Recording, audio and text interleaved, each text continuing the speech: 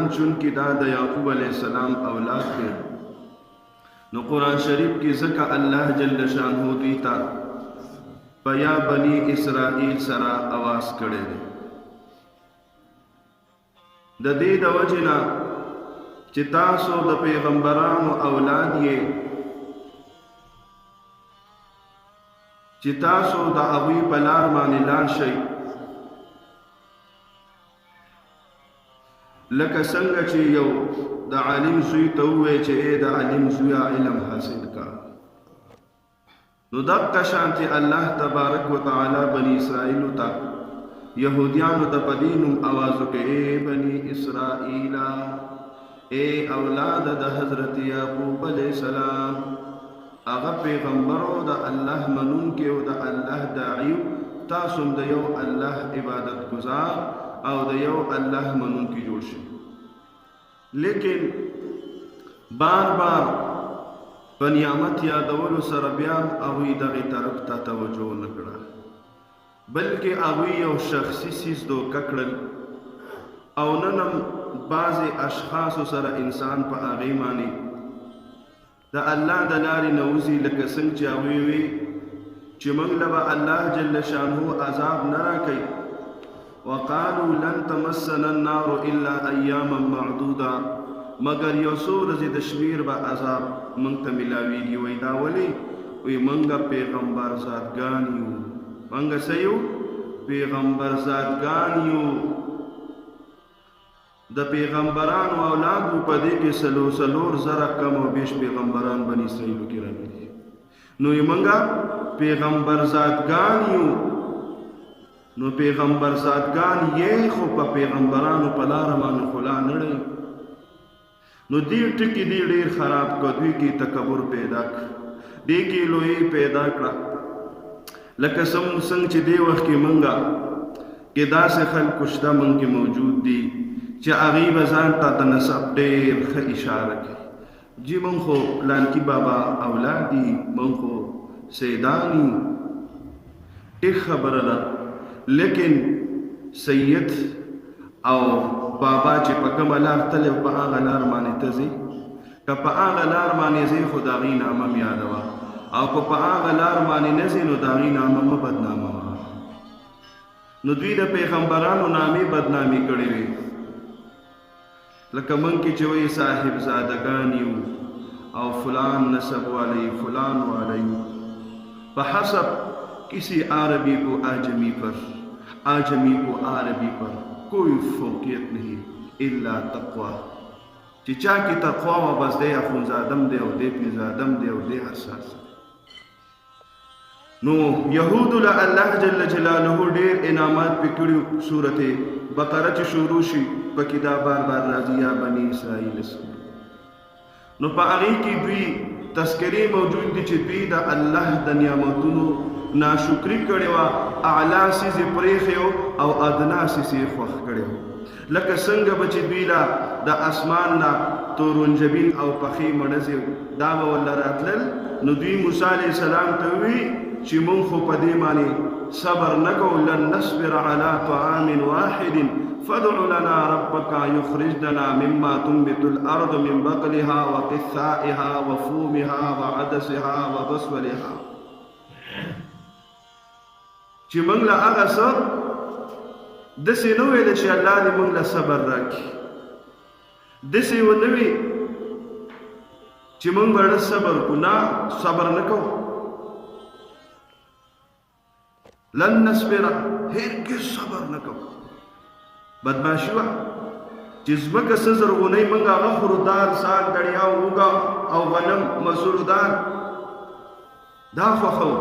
نو موسی علیہ السلام ورته وویل قال اتستبدلون الذي هو ادنى بالذي هو خير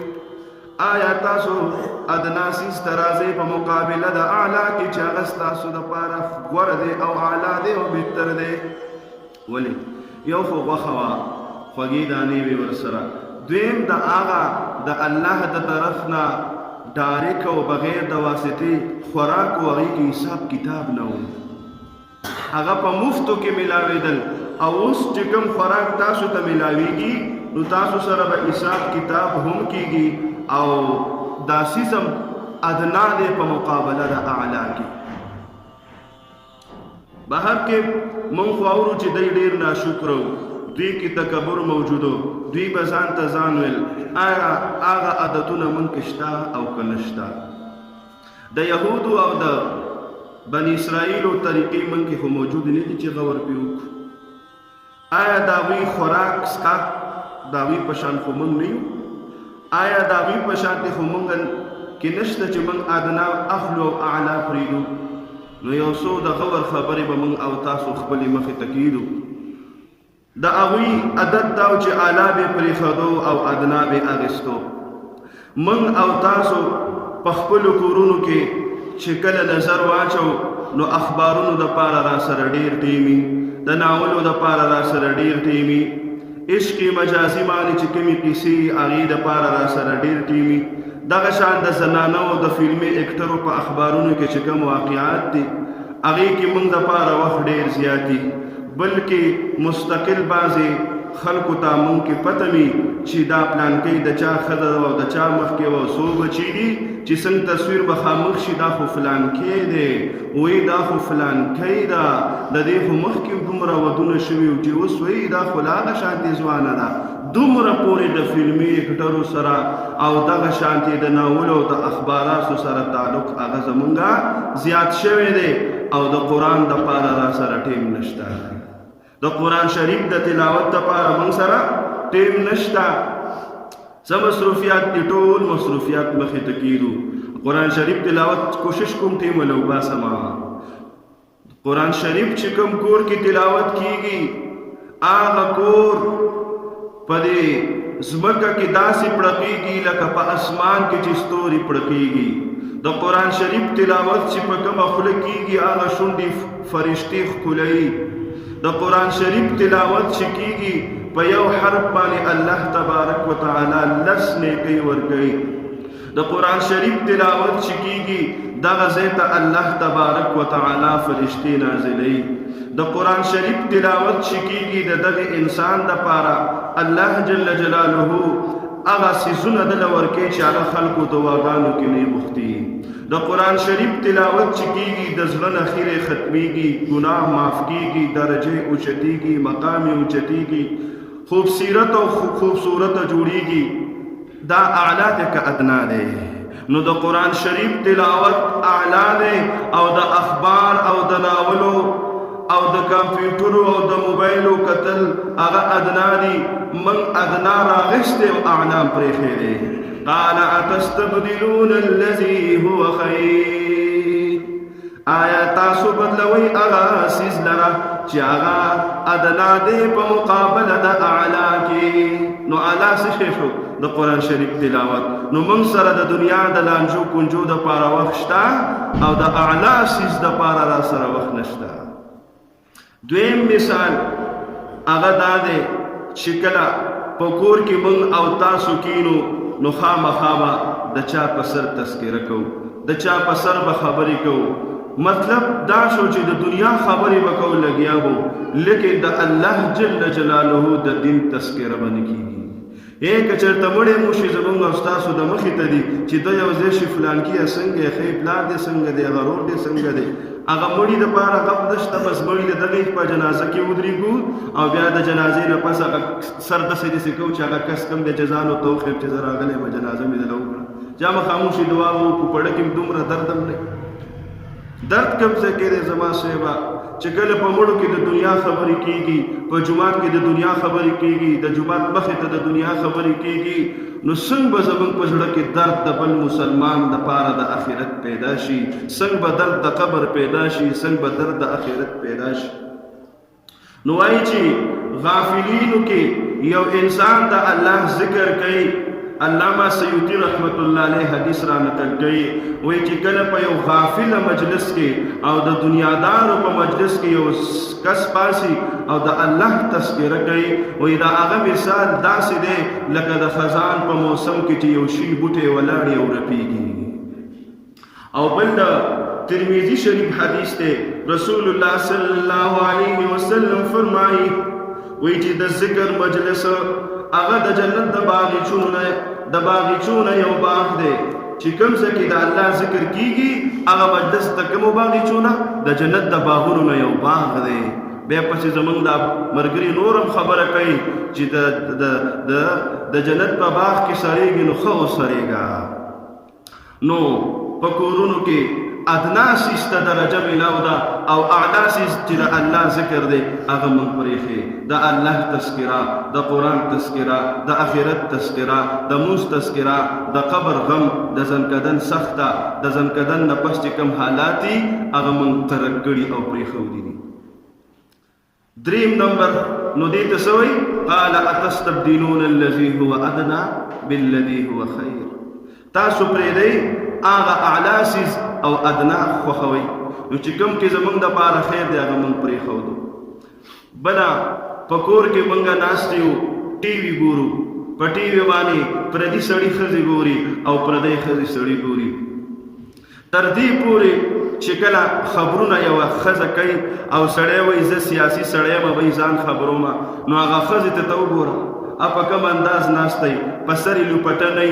او ټول ښکاري لغړه سوغړه. نو هغه خبرونو ته چې ځان سره بچي کېنې او هغه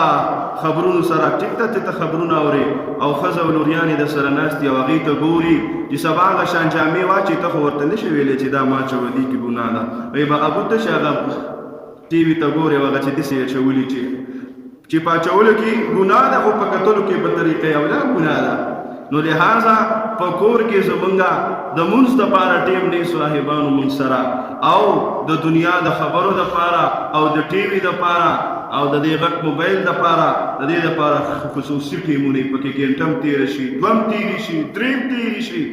او الله اکبر اواز وشي خو زمونږ په غوږونو کې دا اثر پیدا نشي چې دا د چا نوم واخیسته شو او دا څه کله بانګونه شوري مونږ خپل منځ کې قلارې خنداګانې او ګپونه او شکونه لګولي. نو دا څه دی چې موږ اعلی سیس پرېښی دی او ادنا پسې شوي. ګني الله جل جلاله فرمایي د بخاري شریف روایت دی ان تعبد الله کأنک تراه، وایي چې ته د الله جل شانه عبادت داسې کوه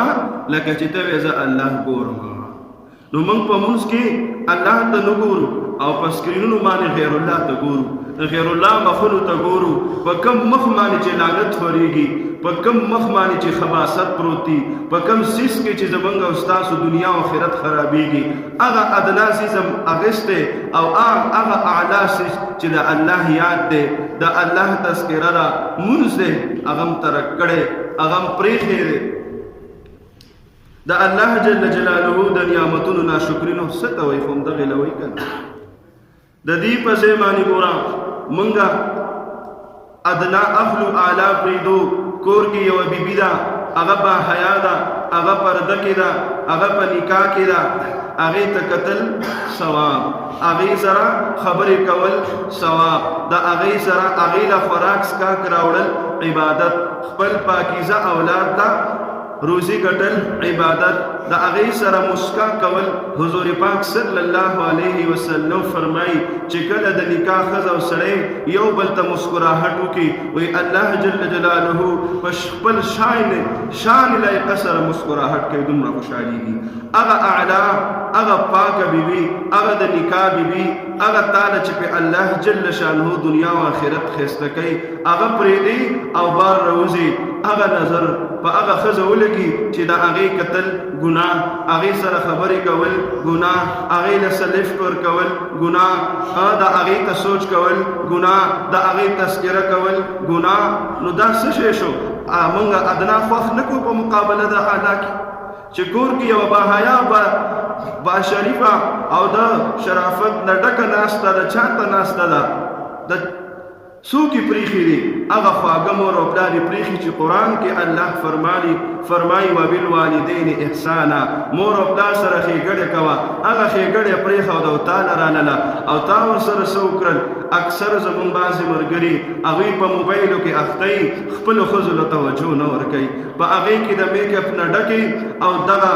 لګړې کوچرې ښځو ته ګوري او بیا چې کله خپلې ښځې ته وګوري شیطان ورله په هغې کې مزه ختمه کړي، کتل ورله خور نه ورکوي، په معمولي خبره ورسره جنګ جګړه شروع کړي. دا ولې چې بد نظری هغه خطرناک سیز دی چې دا زهر دی زهر چې کله دا راشي د انسان نه چې کم سیکی ثوابي هغه به بیا د خوان نه ورکوي کم سړی چې پردو ښځو له ګوري دله به خپله ښځه خوند نه ورکوي کومه ښځه چې پردو سړو له ګوري هغه له به خپل خاوند خوند نه ورکوي نو زما عزتمندو دا د یهودیانو عمل نه دی چې ادنا سیز خوښول او اعلی پرېښودل دیو جنا من او تاسو قرآن شریف کی اللہ فرمائی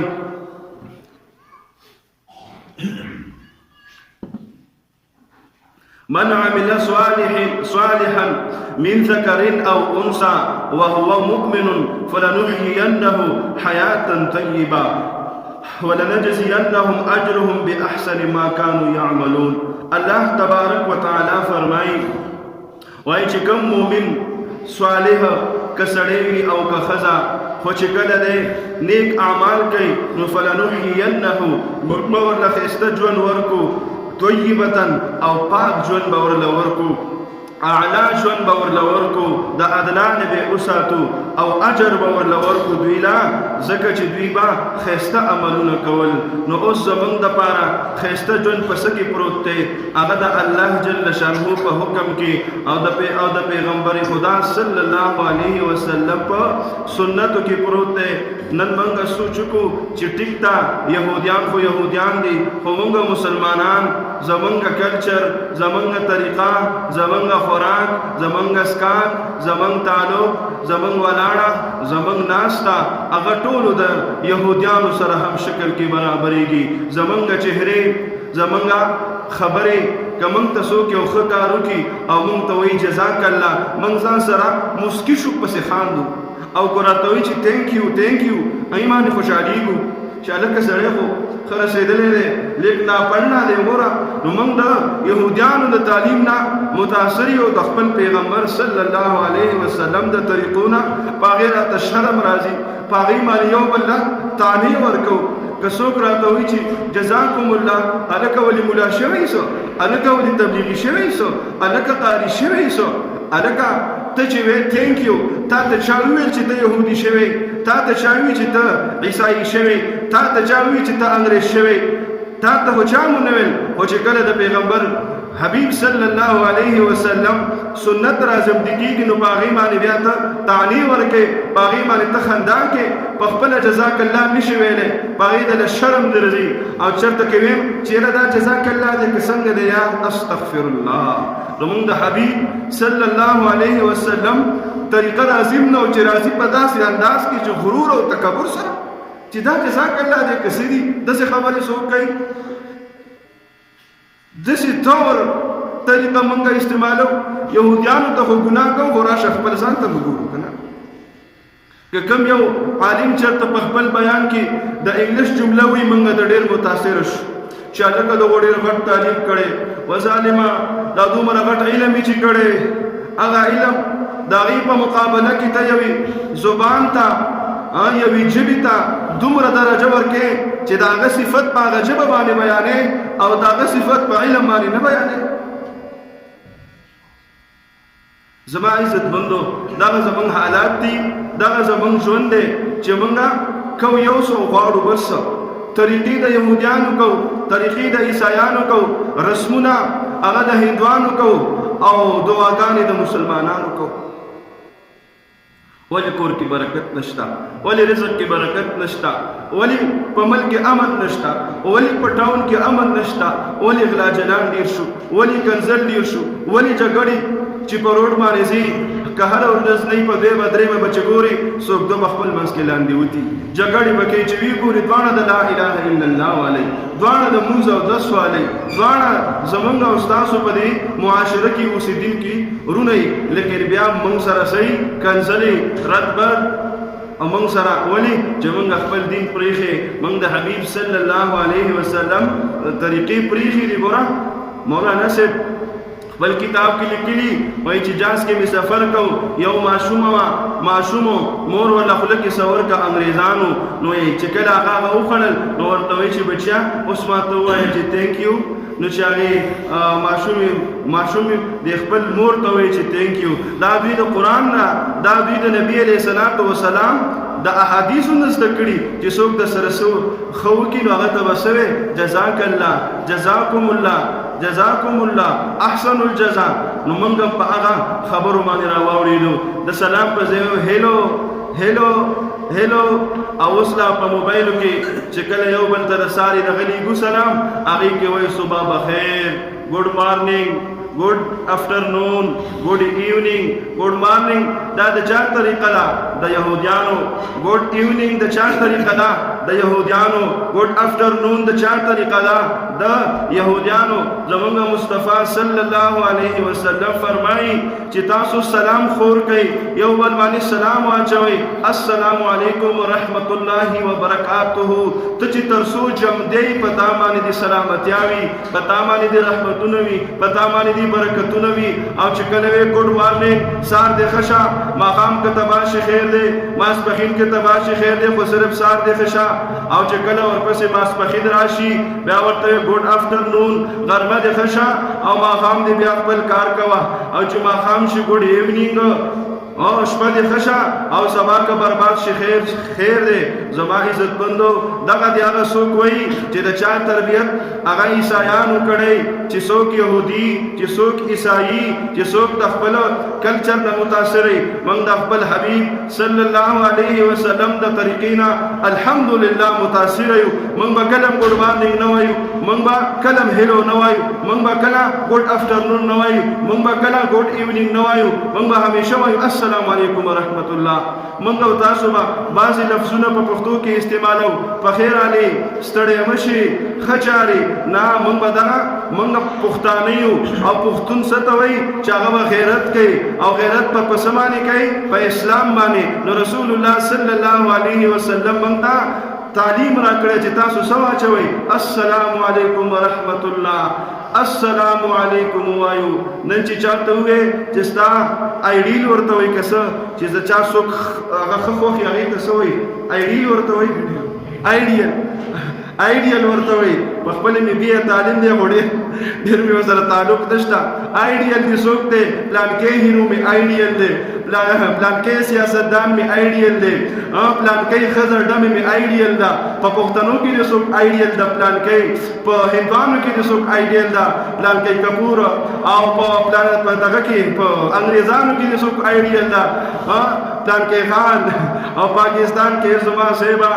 هغه دغه خلک چې چا سیاستدانانو او هغوی کارنامې کړي اخر کې لیکي که زما نور ژوند باقي وی نو ما به ډېر لیکل کړی وی ما به ډېرې تجربې کړې وی انګریز چې د دنیا نه ځي وایي که زما باقي عمر پاتې شوی وی ما به پلانکې ټیکنالوجي تاسو ته ښودلې وه خو چې کله محمد مصطفی صلی الله علیه وسلم د دنیا نه ځي نو څه وایي 1 لاکھ کم او زیات صحابو ته وایي آیا ما تاسو ته دین را ورسو که راودې نه کمې درته راورسو که نه هغوی ورته وي چې او تا موږ ته دین راونه رسو بلکې د دین حق ته ادا کو بلکې تا د دین حق ادا کو. بخاری شریف کې رسول الله صلی الله علیه وسلم ورته وفرمایي یا الله ته ګواه اوسې ما خپل چې کوم کار و هغه مې سر ته ورسو. بهترین آیډیل محمد مصطفی صلی الله علیه وسلم دی زموږ دپاره چې هغه د دنیا او د آخرت دپاره رحمت راغلی دی هغه چې کوم کار دپاره الله را لېږلی و هغه کار سر ته رسولی دی. نو بهترین آیډیل هغه مصطفی دی که بهترین آیډیل یو سیاستدان دی یو ډرامو والا دی. دا مونږ څه کوو زمونږ چې بچی مونږ ترې تپوس کوو بچی ته چې غټ شي څه به جوړېږي هغه وایي ډاکټر څوک وایي انجینیر څوک وایي پایلټ چا مو نه وي چې زه غټ شم زه به حافظ جوړېږم زه به عالم جوړېږم زه به د محمد مصطفی صلی الله علیه وسلم غلام جوړېږم زه به د الله تعالی بنده جوړېږم زه به الله جل جلاله یو داعی به جوړېږم د دین دپاره به خدمات کوم. لیکن زما استاد تربیت دومره نقصان وکړو چې نن د قرآن دپاره ټیم نشته سکول دپاره ټیم شته د قرآن بچی چې راځي د هغه سپاره شنیدلي د سکول کتاب چې وړي په بیگ کې پیک کړي چې جومات ته راځي چپلې شنیدلي او چې کله سکول ته ځي بوټان یې پالش کړي چې جومات ته راځي جامې یې ښایي او چې کله سکول ته ځي جامې یې صفایي. څومره ظلم شروع دی د قرآن دپاره د قرآن د بچي دپاره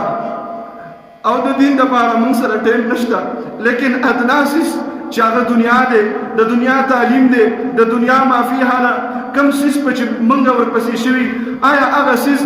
80 60 سال عمر 100 سال عمر دې زمونږه څومره منصوبې چې موږ د دې ژوند لپاره تیارو آیا دومره منصوبې موږ د هغه ژوند لپاره تیاری کړي دي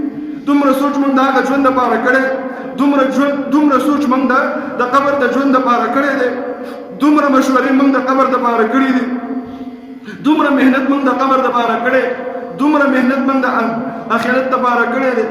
زما عزتمندو نن چې په موږ باندې راټیټه ده هغه د دې د وجې نه چې موږ د یهود او د نصارا کلچر موږ کې دومره عام شوی چې موږ خپل آخرت هیر شوی دی زموږ خپل آیډیل هیر شوی دی زموږ او ستاسو نه چې کوم په زړه کې د چا محبت اچول غواړي هغه د موږ د زړه نه ختم شوی دی په دې زړه کې د یو هغه څیز محبت